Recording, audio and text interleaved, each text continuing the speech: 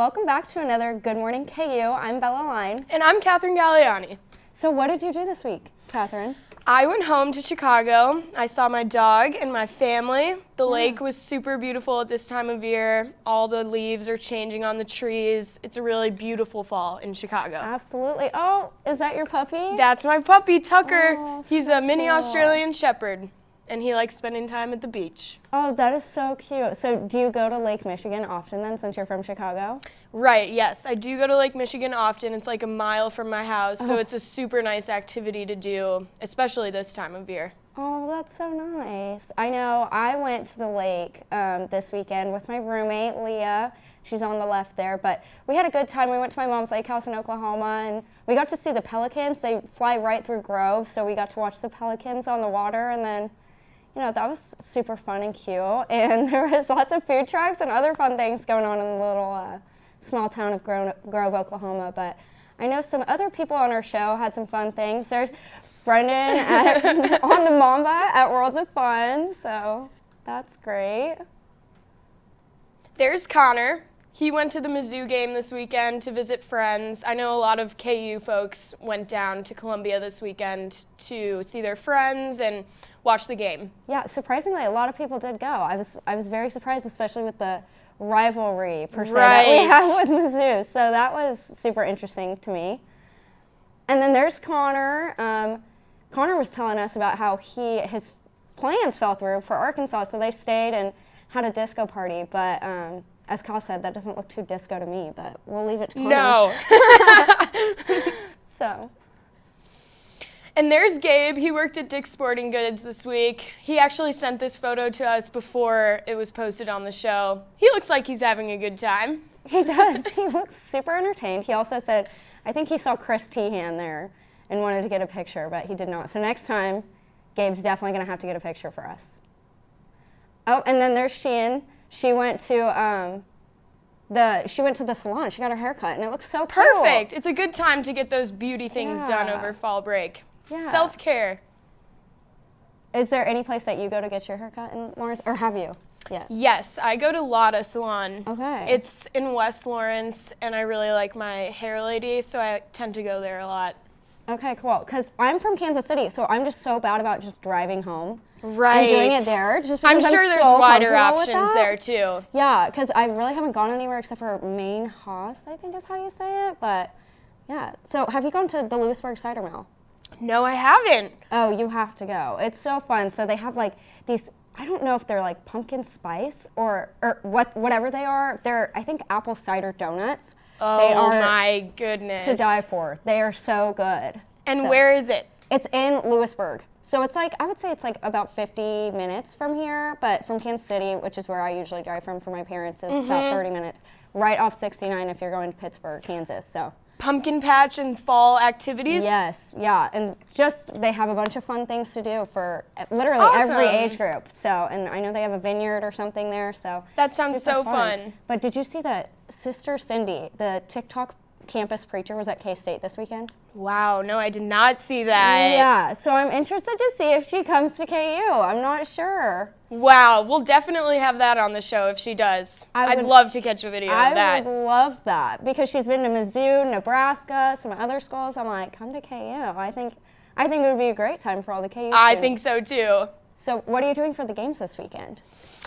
I'm hopefully having a tailgate. I live right across from the stadium and just hanging out with friends. I know football hasn't been going super well this season, but hopefully we'll pull through with this game. How about you, Bella? I work a double tomorrow, and then I work again on Sunday. So I will not be doing anything fun except for making money. So I can't complain that much, but I'm really excited about that. So Making money for the next tailgate. exactly, there we go. I can spend it on the next one. So awesome. Well, I think that's all we have time for this week. And I'll be interviewing Lauren for the Taylor Fest this week. Stay tuned. You may not hear it at first, but it's there. Our chant, rising.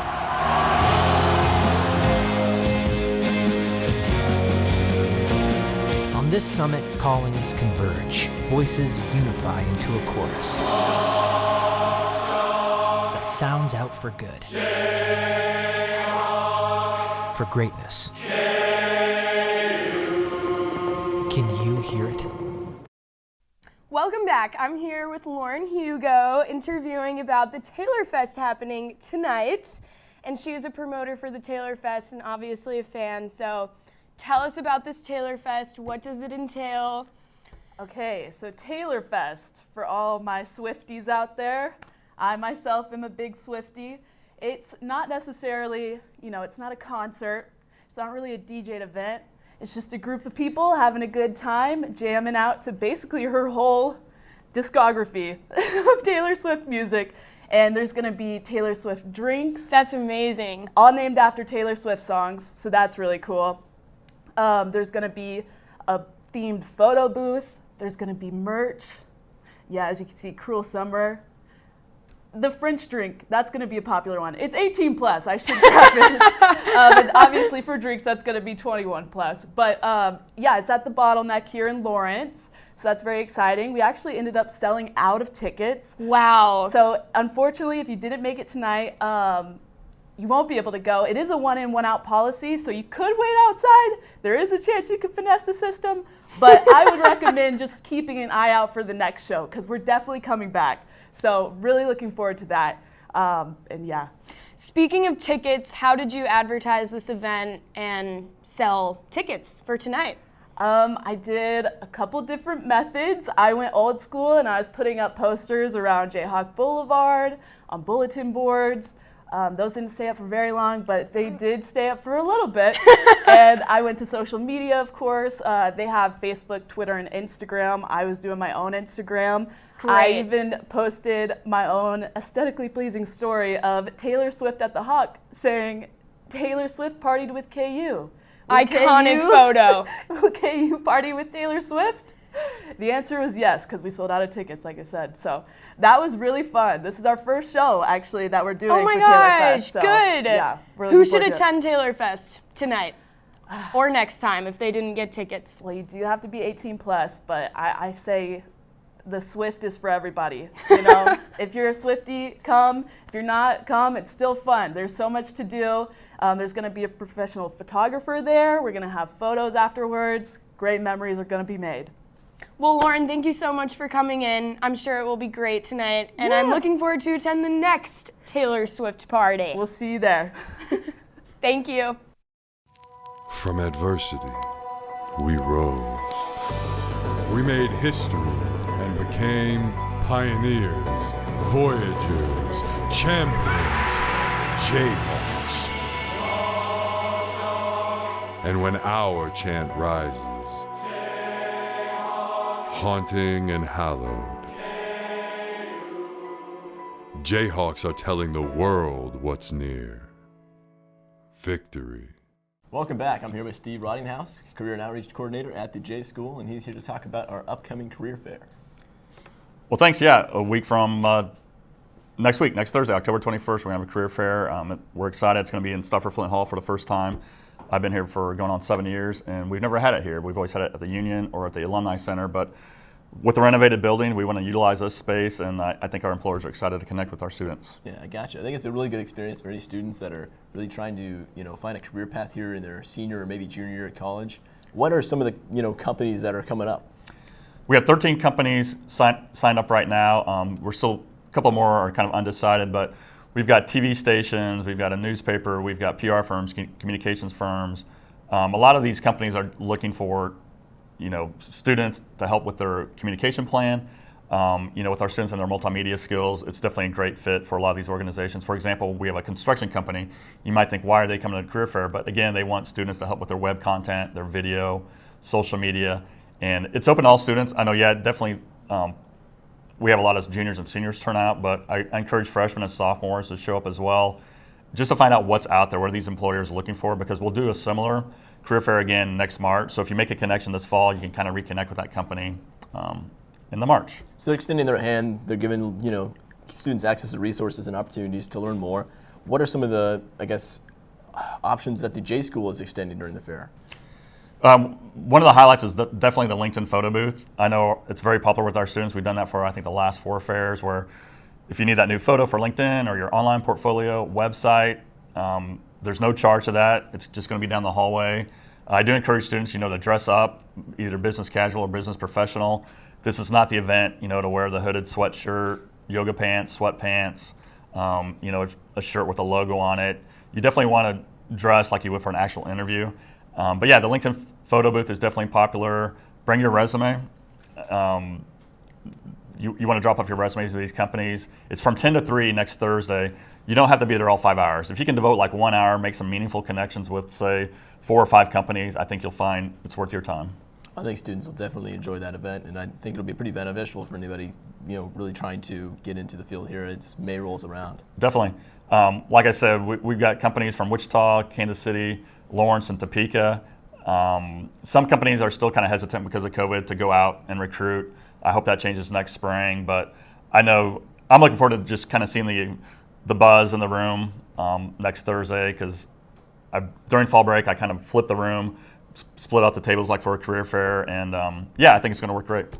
That sounds like a great event, Steve. Hope it goes off without a hitch. All right, thank you. Appreciate you coming in. All right, we're going to throw it over to Gabe and Brendan with the news. For students searching for a way to stay active in an outdoorsy way, the City of Lawrence has bike trails running in every direction, and with the new bike share program, we can stay in shape as we tour the sights of our beautiful city. Clinton Lake is only a short 30-minute bike ride away from Daisy Hill and has the most incredible sunset location in all of Lawrence.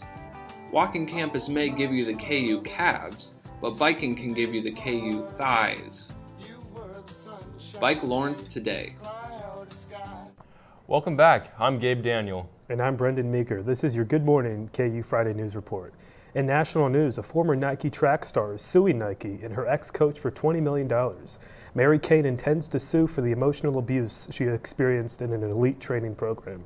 Her attorney said Alberto Salazar and employees at Nike often made sexist and objectifying comments about female athletes. Nike will not comment on the allegation. The U.S. Border Patrol found 2 young sisters wandering alone near the Arizona border. The sisters are 4 and 6 years old and were found alone in a marshy area near the Colorado River in Yuma. The girls have been taken into custody, and the U.S. Border Patrol is currently trying to reunite the girls with their family. More than 400,000 migrant children have crossed the border without their parents since 2003. In local news, Jay-Z and Rockefeller Records have donated $1 million to investigate wrongful convictions in Kansas City, Kansas. Team Rock is a social justice arm of Jay-Z's organization and was responsible for the huge donation to the Midwest Innocence Project. Jay-Z has filed legal action against Kansas City, Kansas Police Department, seeking the release of investigative files, personnel records, and officer misconduct allegations. COVID-19 cases have remained low at the University of Kansas, but a bad cough nicknamed the KU cough has become prominent in recent months. Watkins Healthcare Center physician Greg Nichols said there has been a large number of students coming in with a cough this fall. In sports, Kansas soccer freshman Renna Childers and sophomore Bree Severns were both Player of the Week award winners. Childers was named Big 12 Freshman of the Week, and Severns was named both Big 12 and National Offensive Player of the Week. Severns scored a golden goal with just 7 seconds left in the second overtime to defeat 9th-ranked West Virginia on Sunday. Unfortunately, the streak wouldn't continue as the Jayhawks fell 3-2 to Oklahoma last night in Norman. Remy Martin, the transfer guard from Arizona State, was named preseason Big 12 Player of the Year. The senior guard received the award based on votes from other coaches in the league. Fellow seniors David McCormick and Ochai Abaji were also both named All Big 12 First Team. And in softball, the Jayhawks defeated Butler County Community College last night at Aroka Ballpark. The Playmakers' very own Angela Price scored the go-ahead run after fellow sophomore Sophia Buzzard tied the game with a home run to lead off the bottom of the 6th inning. Price advanced to second on an error and then scored from second on a base to hit to center field by Haley Harper.